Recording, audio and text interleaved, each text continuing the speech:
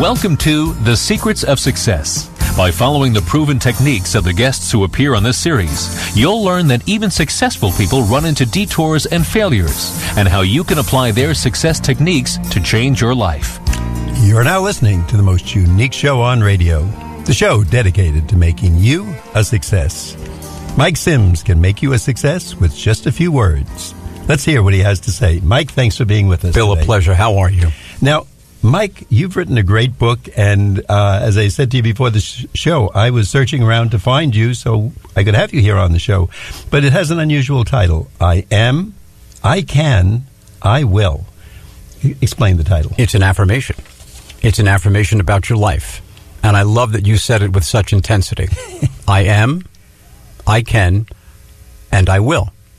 And just as we told the audience, you're a man of few words. So there we have 6 words. And that's it, folks. The show is over. And we're done. Have a lovely day. You can be a success if you just follow those words. But it is straightforward. And the book is really geared. If you're one of those people who say, oh, I really don't like to read a lot, this is perfect for you because there's probably less than 50 words on any page. But it's a lesson for every day. And I'm going to start out with one of them. You say that the majority of people meander through life hoping and wishing that things will change. Tell us about that.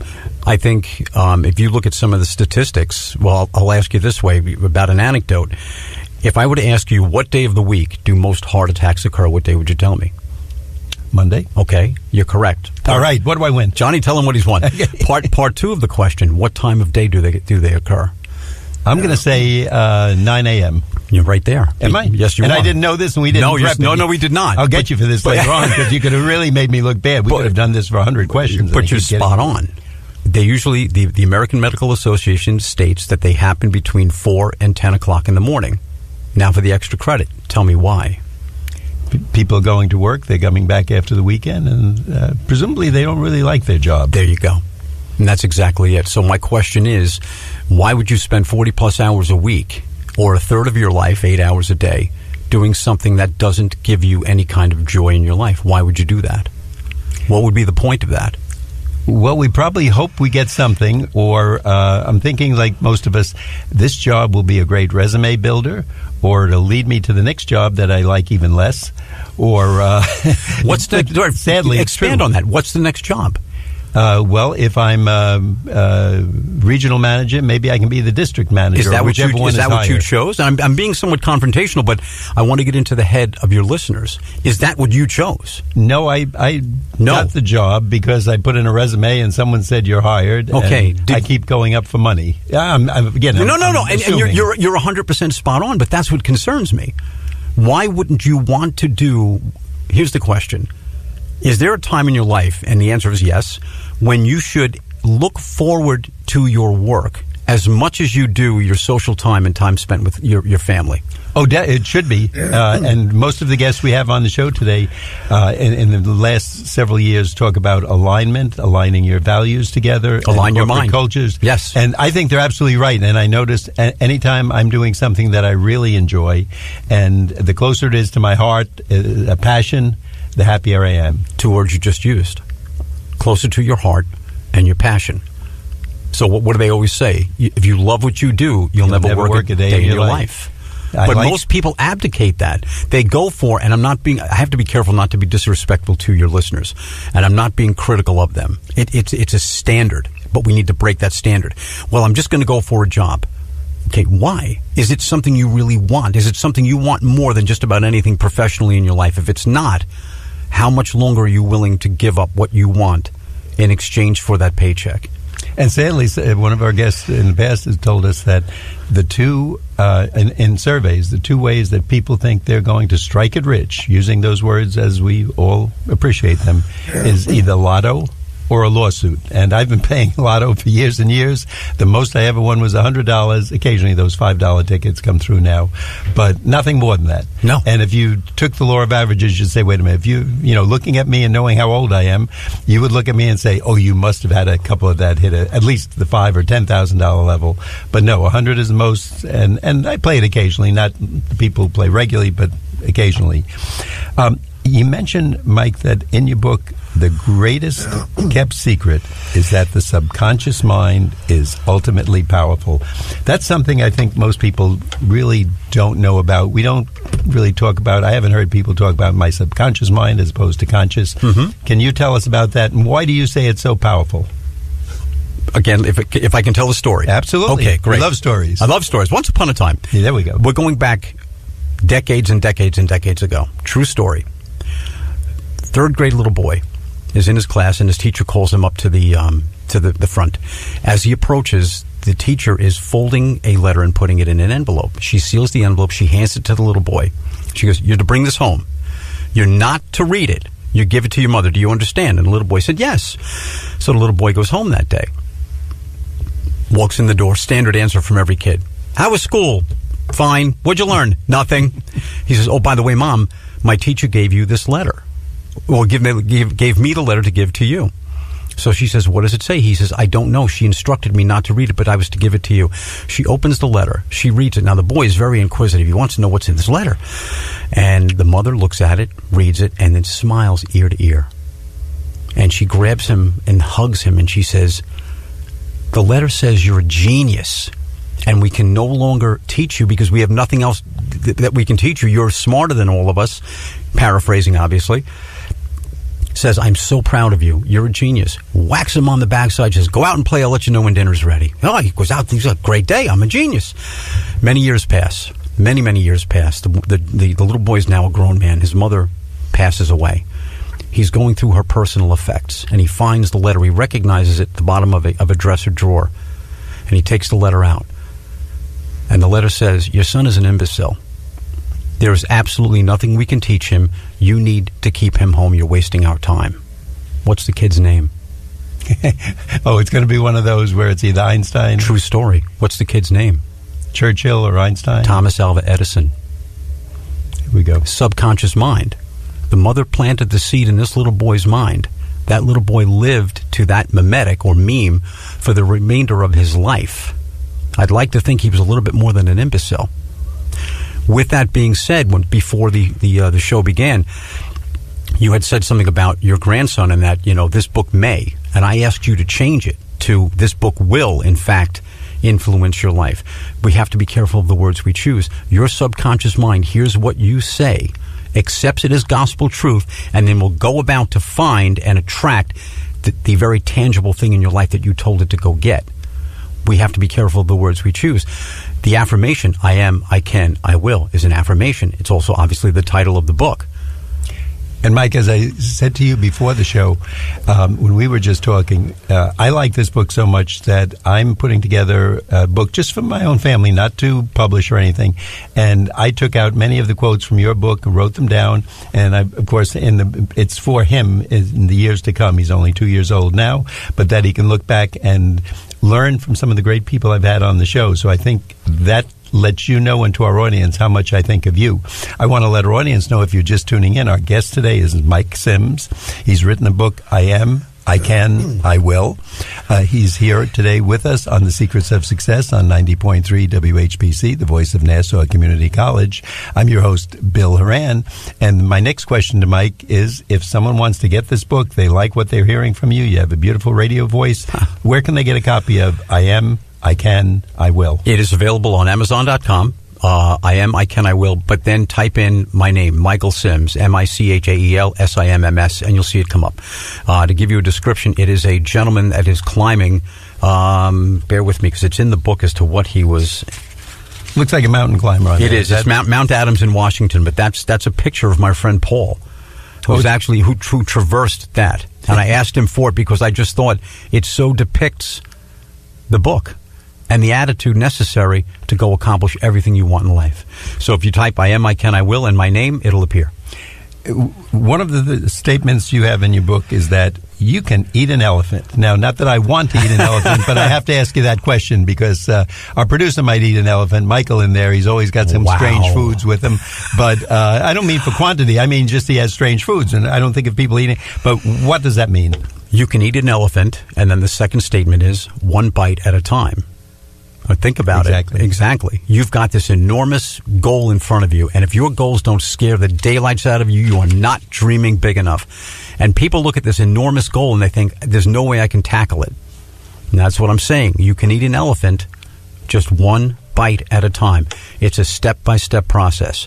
If you were to take a shot in the dark, I'm asking you a lot of questions, but I'm having fun with you. How many bricks are in the Empire State Building? If I did my corrections right, there's a little over 9 billion. Okay. I have no idea on that one. Shot in the dark, okay? Right. I did the math. My math is probably wrong. Never have been my strong suit. 9 billion. Yes or no? Those bricks were done one brick at a time. Absolutely. Okay. Yeah. And then look what we have to show for it. What do your goals have to show for it when you eat an elephant one bite at a time? When you lay down one brick at a time? Over a period of time, you've got this magnificent goal that you've received. You've got this magnificent goal that you have built. Look at the Empire State Building. And that's a fraction of what you could accomplish in your life. The magnitude of that. One brick at a time. That's all you have to do. And I honestly feel better when I start a day doing something, even if it's a small step. The night before, I like to make a small list for myself, do A, B, C, and D. And like most people, it might be go to the cleaners, go to the bank. Other times it's pay these bills, take care of these issues if it's open letters or something I have to write, or perhaps getting new guests for the show, etc.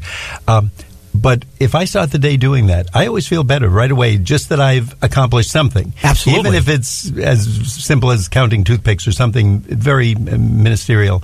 But I've started the ball rolling. I'm in action, so now I have a little momentum, and then I want to do other things.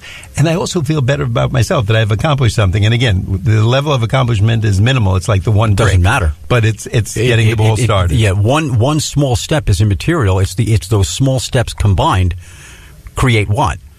And then your accomplishment triggers the endorphins in your mind, which is the feel good, and you start to get, and you use the M word, the momentum.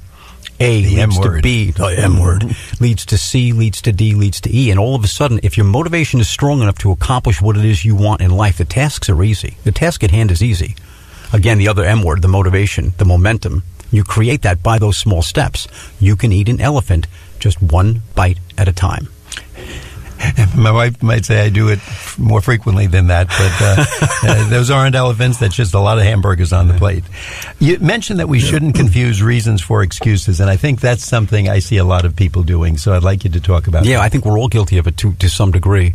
Well, the reason I don't have whatever I want is for this. No, that's an excuse. You've made an excuse. You've given yourself an out not to have that which you want in life. That's a crime, and you should apologize to yourself, your spouse, and your family. You didn't do what you are capable of doing to create that great accomplishment that you should be proud of and that they should benefit from too. What you do as far as reaching your goals benefits your family initially, your local area, the community as a whole, and even one step further, again, the momentum. You've given somebody license to go accomplish great things in their life because they've seen what you've done. Wouldn't you want to be a part of that? Wouldn't you want to be a catalyst for somebody else to create something fantastic in their life? And I'm just thinking, when I watch my favorite sports team, I don't want to know after the game that it wasn't so-and-so's fault, it was the other player's fault, or the defense or the offense or the pitcher. I don't want to hear an excuse. I want results. Right. And I just wrote myself a note. No excuse zone. No, I'm writing it on my papers here. And I think if we all made that part of our business, don't give me an excuse. You can discuss it later on from a business viewpoint, but if something has to get done and Mary left, don't give me an excuse. You do it. Tell me later that Mary left and we'll discuss it with her. But you do it and complete it tonight. Or you make the extra phone call or go, as they say, the extra mile. The extra mile. Get that done. That's right. Mike, we want to find out more. I think you're putting us on the trail to success. You're going to get us there, and we will do this, as you say. But at this point in the show, we want to remind our listeners that you're listening to The Secrets of Success on the voice of Nassau Community College, 90.3 WHPC. I'm Bill Horan, today speaking to Mike Sims. And this show is produced here at Nassau Community College. We'll be right back after this brief message. Paralyzed veterans Sean Halstead and Noah Courier. I was Air Force from 93 to 98. I got hurt practicing combat search and rescue, fell off a fast rope, so shattered L1 vertebrae. I don't know where I'd be without paralyzed veterans. I've only seen that now. Unite through struggle. That's what the Marine Corps and service is all about. You get tight, and those bonds just get stronger and stronger the more you struggle together, and the harder the hardship. And I don't know if it gets any harder than being a quadriplegic. So, we instantly bond. Paralyzed Veterans of America is a nonprofit, and it gets no federal funding. And we provide every service free of charge to every veteran and caregiver that we support. Paralyzed Veteran and PVA Executive Director Sherman Gillums Jr. Every life, every success, every recovery, it's tied to the initial investment you've had in us. To learn more, visit pva.org. A public service message from Paralyzed Veterans of America.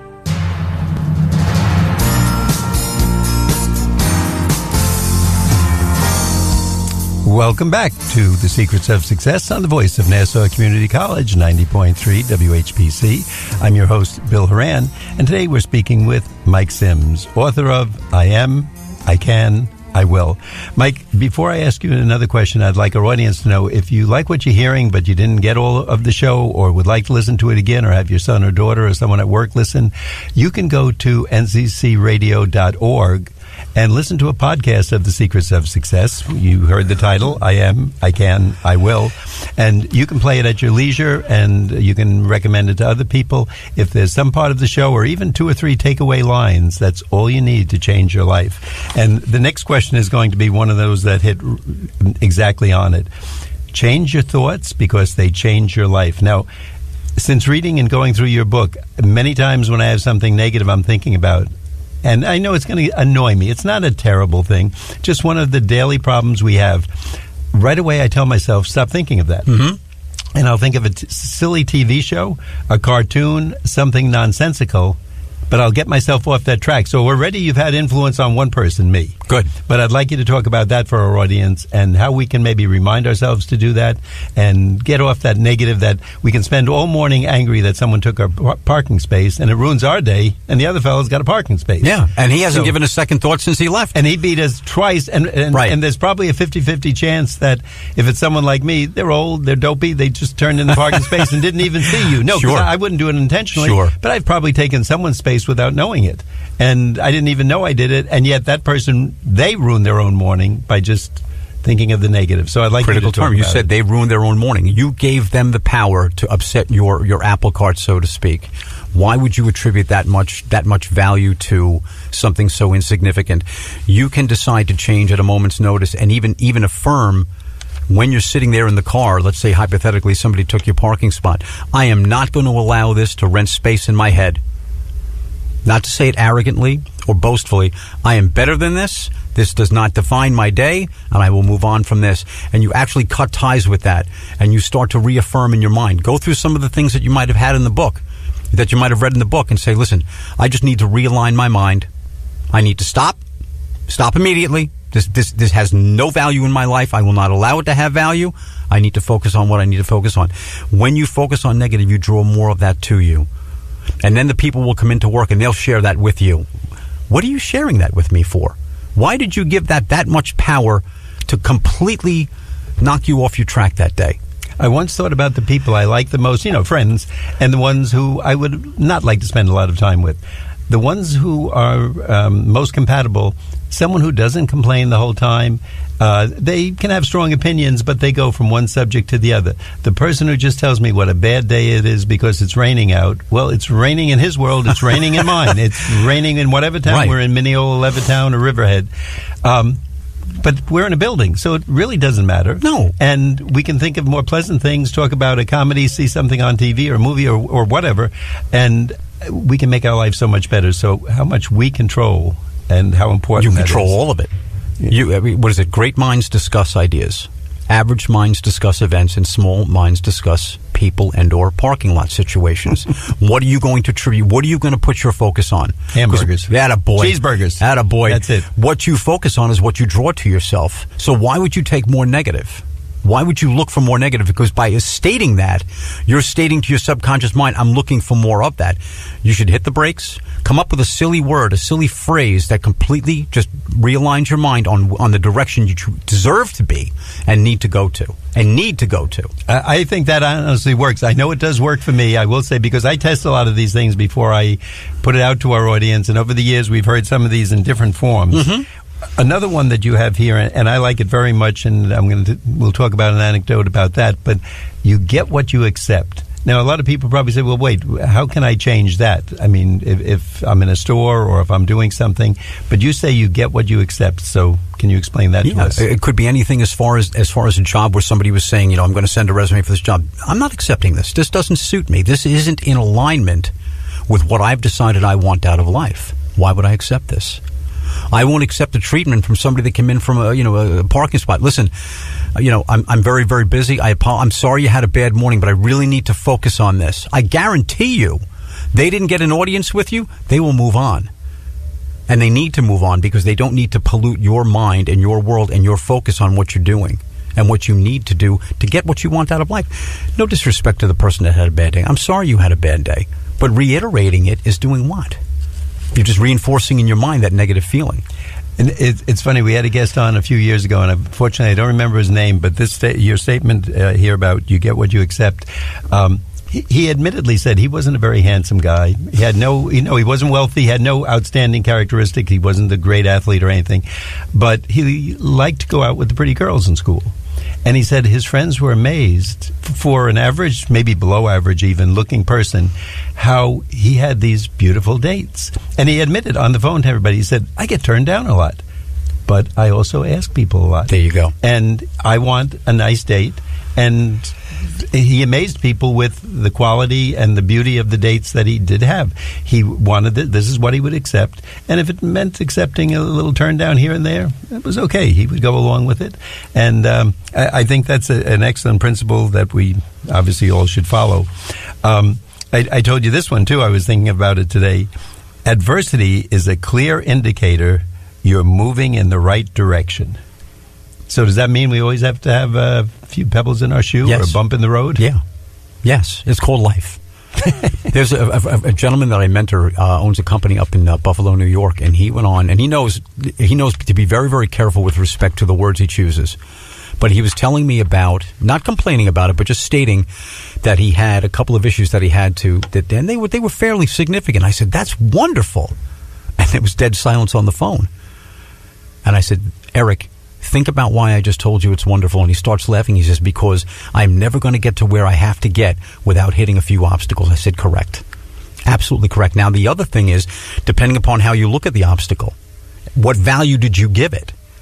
Every obstacle, every problem contains within it its own solution.